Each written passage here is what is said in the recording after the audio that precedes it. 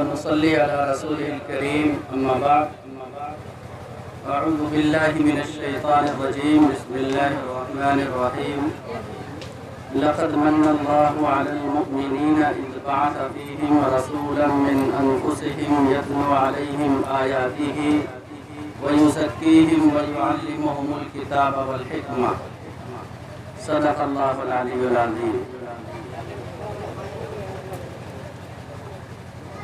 عزیز طلباء، اسٹیج پر تشریف فرما علماء کرام، پردہ نشین میری مائیں اور بہنیں، مجھے مفصل بیان نہیں کرنا ہے۔ مفصل بیان تو خود مفتی انتصاب صاحب ندوی دامت برکاتہ العالیہ اور بالخصوص شادی میں ہونے والے رسم و رواج کے تعلق سے انشاءاللہ وہ اخیر میں بیان کریں گے۔ مجھے تھوڑی دیر آپ سے کچھ باتیں کرنی ہیں اور خطبے کے اندر جس آیت کا میں نے سہارا لیا ہے، اس آیت میں جناب نبی کریم صلی اللہ علیہ وسلم کی بعثت کے مقاصد کو بیان کیا گیا ہے۔ یعنی اس دنیا کے اندر آقائے نامدار جناب محمد رسول اللہ صلی اللہ علیہ وسلم کو کس مقصد کے لیے بھیجا گیا؟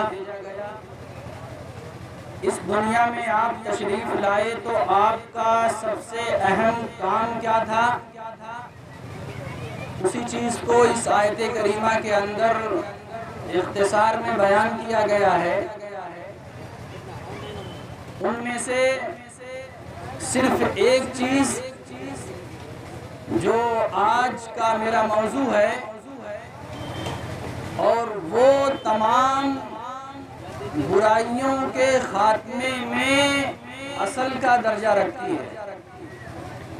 اگر ہم اپنے انفرادی، اجتماعی اور معاشرے سے پنپنے والی برائیوں کو ختم کرنا چاہتے ہیں، اگر واقعی ہم یہ چاہتے ہیں کہ ہم اور آپ ایک نیک انسان بن کر کے زندگی گزاریں، اگر ہماری اور آپ کی چاہت یہ ہے کہ ہمارا معاشرہ ایک صالح معاشرہ ہو جائے، اگر اس بزم کے قائم کرنے والے، اس محفل کو سجانے والے اور اس محفل میں انتظام کرنے والے ذمہ داران حضرات کا یہ مقصد ہے، اس مجلس کو قائم کرنے کا اور ہمیں اور آپ کو یہاں بلانے کا، اگر یہ مقصد ہے اس مجلس کا کہ معاشرے سے برائیاں ختم ہو جائیں، ہمارے گھروں سے برائیاں ختم ہو جائیں، ہمارے گھروں سے بدعات و رسومات کا خاتمہ ہو جائے، تو جس موضوع پر میں آپ کے سامنے اختصاراً بات کروں گا، ضرورت اس بات کی ہے کہ اس موضوع کو سمجھیں اور اس پر عمل کرنے کی کوشش کریں۔ دیکھیے وہ موضوع جو اس آیت کریمہ کے اندر ایک اہم عنوان کی حیثیت سے ہے، وہ ہے وَيُزَكِّيهِمْ لَقَدْ مَنَّ اللَّهُ عَلَى الْمُؤْمِنِينَ إِذْ بَعَثَ فِيهِمْ رَسُولًا مِنْ أَنفُسِهِمْ يَتْلُو عَلَيْهِمْ آيَاتِهِ وَيُزَكِّيهِمْ۔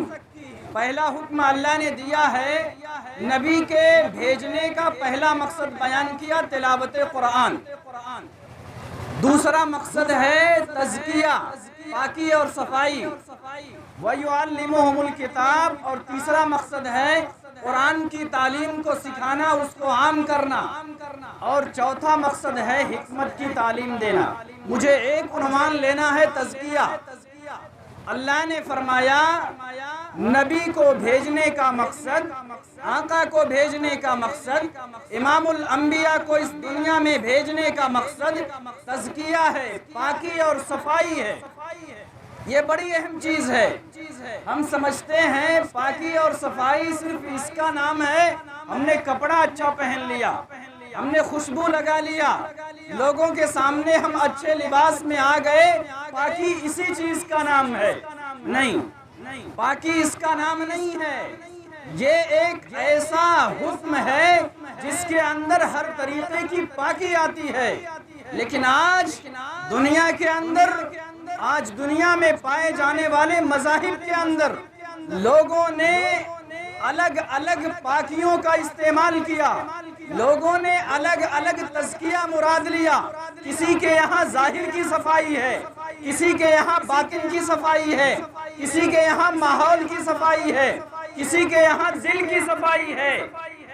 آپ دیکھ لیجئے یورپ، امریکہ جو اپنے آپ کو آج ترقی یافتہ ممالک میں شمار کرتے ہیں، وہاں بھی صفائی ہے، صفائی کا حکم دیا جاتا ہے، صفائی پر زور دیا جاتا ہے، لیکن ظاہر کی صفائی۔ ہمارا مکان خوبصورت ہونا چاہیے، ہماری گاڑی خوبصورت ہونی چاہیے، ہمارا محلہ خوبصورت ہونا چاہیے، ہمارے یہ روڈ، ہمارے یہ پارک خوبصورت ہونے چاہیے۔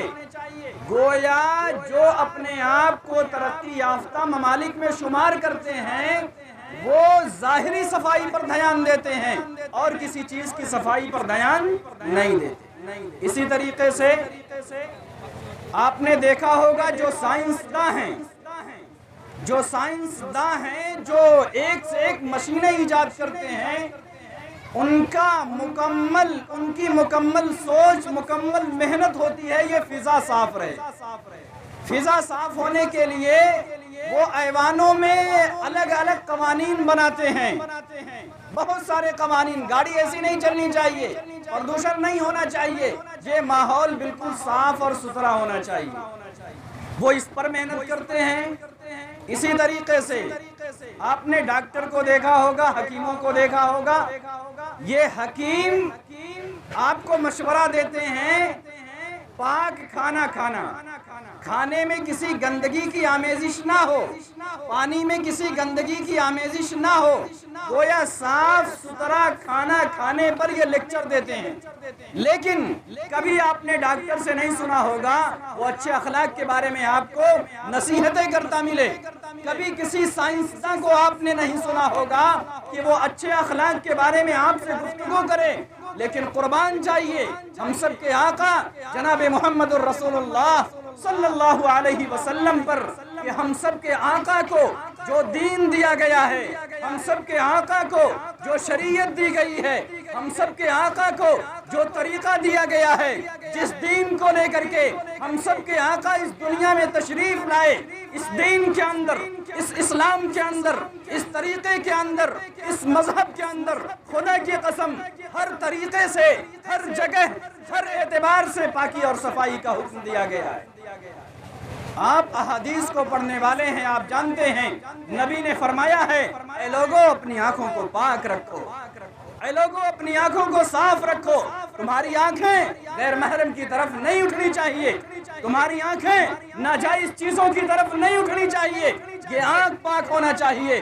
نبی نے یہ بھی فرمایا ہے اے لوگوں تمہاری زبان پاک ہونی چاہیے، تمہاری گفتگو پاک ہونی چاہیے، تمہاری گفتگو کے اندر مٹھاس ہونا چاہیے، تمہاری گفتگو میں غیبت، تمہاری گفتگو میں چغلخوری، تمہاری گفتگو کے اندر ناجائز اور حرام کام کرنے والے اشارے یہ ہرگز نہیں ہونا چاہیے۔ نبی نے فرمایا تمہاری زبانیں پاک ہونی چاہیے۔ ہر موڑ پر پاکی اور صفائی کا حکم ہے۔ لباس پاک ہونا چاہیے، بے شمار احادیثیں ہیں ہم سب کے آقا کی۔ ماحول پاک ہونا چاہیے، معاشرہ پاک ہونا چاہیے، آپ کے محلات پاک ہونے چاہیے، ظلم سے، زیادتی سے، عریانیت سے، بے حیائی سے، رسم و رواج سے، خرافات سے، بدعات سے، ان تمام چیزوں سے ہم سب کا معاشرہ پاک ہونا چاہیے۔ نبی کی احادیث بے شمار اس پر ملیں گی۔ یہ وقت نہیں ہے کہ ان تمام احادیث کو بیان کیا جائے، میرے کہنے کا مقصد صرف اتنا ہے کہ ہم سب کے آقا نے ہر موڑ پر اس امت کو پاکی اور صفائی کا حکم دیا۔ چنانچہ جس آیت کی تلاوت میں نے کی ہے، آپ علیہ السلام کے بھیجنے کا مقصد جو بیان کیا گیا ہے وہ تزکیہ علماء نے لکھا ہے۔ پاکی اور صفائی میں تزکیہ ایک اہمیت کا حامل ہے۔ تزکیہ کس کو کہتے ہیں؟ دل کی صفائی۔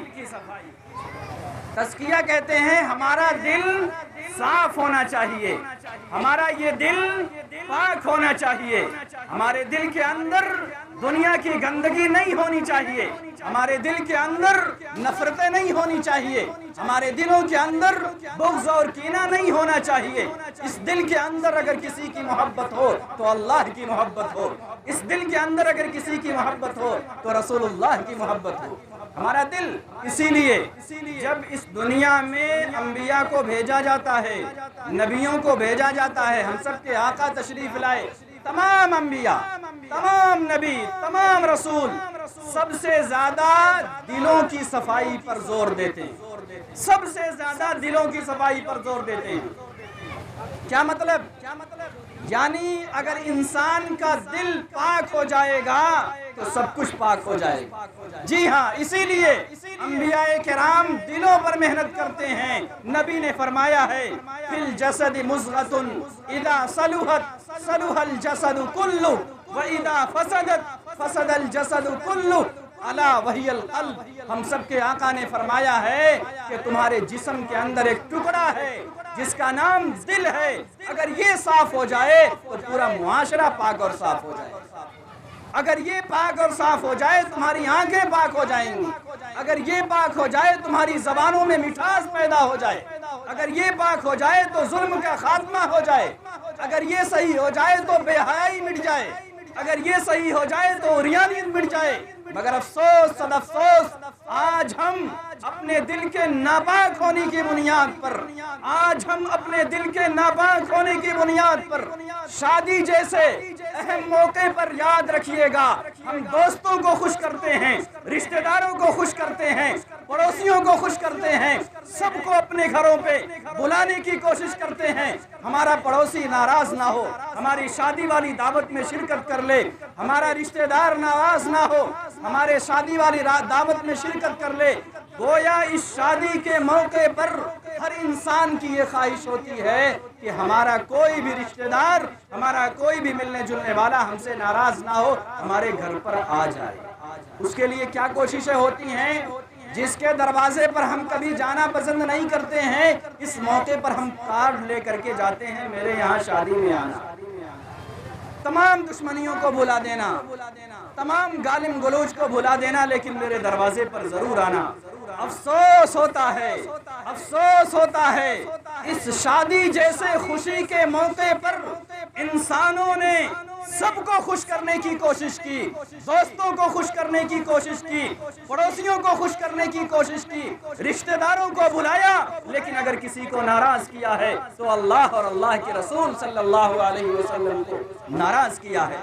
اس لیے اس شادی بیاہ کے اندر عریانیت ہوتی ہے، بے حیائی ہوتی ہے، ہماری نوجوان بچیاں، ہماری نوجوان لڑکیاں نہ جانے باہر میں بغیر پردے کے گھومتی رہتی ہیں۔ اس شادی بیاہ کے اندر وہ رسومات ادا کی جاتی ہیں، وہ خرافات ادا کی جاتی ہیں، جن خرافات سے ہم سب کے آقا جناب محمد رسول اللہ صلی اللہ علیہ وسلم نے آج سے 1400 سال پہلے ہی منع فرما دیا تھا۔ آج وہ خرافات، ان تمام خرافات کے ساتھ ہم اپنی شادیاں کرتے ہیں۔